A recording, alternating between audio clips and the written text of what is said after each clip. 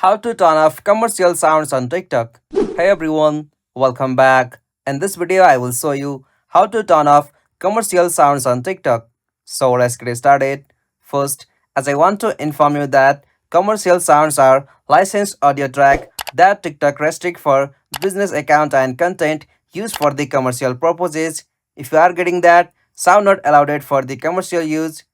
To deactivate or turn off that, open TikTok app first.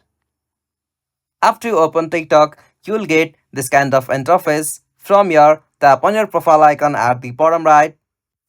From your profile section, tap on three dots at the top right. Tap on settings and privacy. From settings and privacy, tap on account. From account section, tap on the option switch to personal account. Or I tap on switch anyway.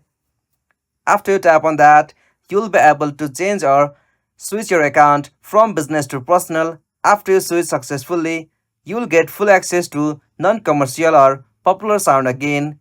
If this helped, don't forget to like, follow and share. Thanks for watching. Have a good day.